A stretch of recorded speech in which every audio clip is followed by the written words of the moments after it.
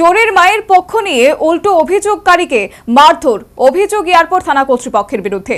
সরাসরি এমনই অভিযোগ তুলল নরসিংগড়ের বাগদি এলাকার বাসিন্দা অটো চালক সঞ্জীব শীল। অদ্ভুত কাণ্ড, নিজের অটো থেকে চুরি যাওয়া 17,000 টাকা উদ্ধারে থানায় গিয়ে উল্টো পুলিশের দমন পীড়নের শিকার হলো এক অটো চালক। এয়ারপোর্ট থানা কর্তৃপক্ষের বিরুদ্ধে এমন অভিযোগ তুলেছে স্বয়ং নরসিংগড়ের বাগদি এলাকার বাসিন্দা অটো চালক সঞ্জীব শীল। অভিযোগ, গত 27 এপ্রিল এয়ারপোর্ট থানাধীন পিটিসি কোয়ার্টার রোডে সঞ্জীব শীলের ব্যাটারি চালিত অটো থেকে 17,000 টাকা চুরি করে নিয়ে যায় দুই ড্রাগস আসক্ত রতন চৌধুরী এবং আকাশ। পরবর্তীতে এই সঞ্জীব শীল এই ব্যাপারে এয়ারপোর্ট থানায় অভিযোগ জানায়। এয়ারপোর্ট থানা কর্তৃপক্ষ নাকি প্রাথমিক অবস্থায় সঞ্জীবকে দুই ড্রাগস আসক্ত তথা চোর রতন এবং আকাশকে সন্ধানের নির্দেশ দেয়। এর মধ্যে দুই চোরের কোনো একজনের মা এয়ারপোর্ট থানায় এসে থানা কর্তৃপক্ষের সাথে গোপন সলা পরামর্শ করেন। এরপরেই নাকি এয়ারপোর্ট থানা কর্তৃপক্ষের তথা পুলিশের বিপরীত চরিত্র ফুটে ওঠে। এমনকি এই সঞ্জীব শীলকে পুলিশ রহস্যজনক কারণে মারধর করে এবং জেলে পুরে দেওয়ার হুমকি দিয়েছেন বলে নিজেই অভিযোগের সুরে জানালেন এই অটো চালক সঞ্জীব শীল।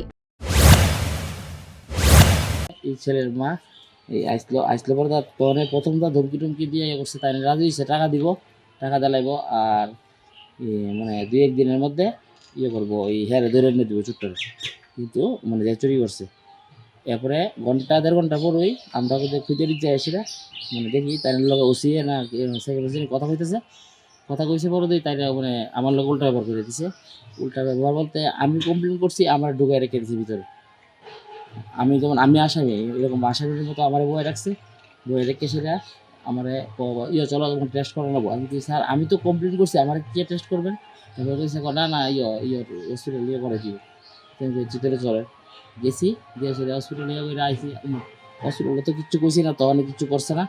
হসপিটাল থেকে আইসি পরে দুই মানে এরা ওই ছেলেটার সাইড আসে মানে মারামারি শুরু করে দিছে। আমি রাত্রেবেলা ডাক্তারের কাছে গেছি। মারছে আপনারে? মারছে কার্যত প্রাইভেট ফাইন্যান্স থেকে লোন নিয়ে কেনা অটোর কিস্তি দেওয়ার জন্য নিজ অটোতেই 17,000 টাকা রেখেছিল সঞ্জীব শীল, কিন্তু সে টাকা চুরি হয়ে যাওয়ার কারণে এখন সে কিস্তি দিতে না পারায় সঞ্জীব শীল ওই ফাইন্যান্স কোম্পানির চাপের মুখে পড়েছে। উপরন্তু পুলিশের মারধরের কারণে সে এখন অসুস্থ হয়ে পড়েছে বলেও জানায় এই অটো চালক। এ ব্যাপারে এয়ারপোর্ট থানা কর্তৃপক্ষের সাথে যোগাযোগ করার চেষ্টা করা হলেও কোনো সাড়া পাওয়া যায়নি। এই কেমন কাণ্ড! চুরি যাওয়া টাকার ব্যাপারে অভিযোগ জানাতে এসে উল্টো পুলিশের দমন পীড়নের শিকার অভিযোগকারী। তাই যদি হয়ে থাকে তবে অসহায় সাধারণ মানুষ বিচারের আশায় কার দ্বারস্থ হবে? স্বভাবতই এমন ঘটনায় সাধারণের মনে একটা বিরূপ প্রতিক্রিয়া তৈরি হয়েছে। এ ব্যাপারে পুলিশের ঊর্ধ্বতন কর্তৃপক্ষের তরফে উপযুক্ত তদন্ত অত্যাবশ্যক বলেই বিশেষজ্ঞ মহল মনে করছেন। Bureau report, news vanguard.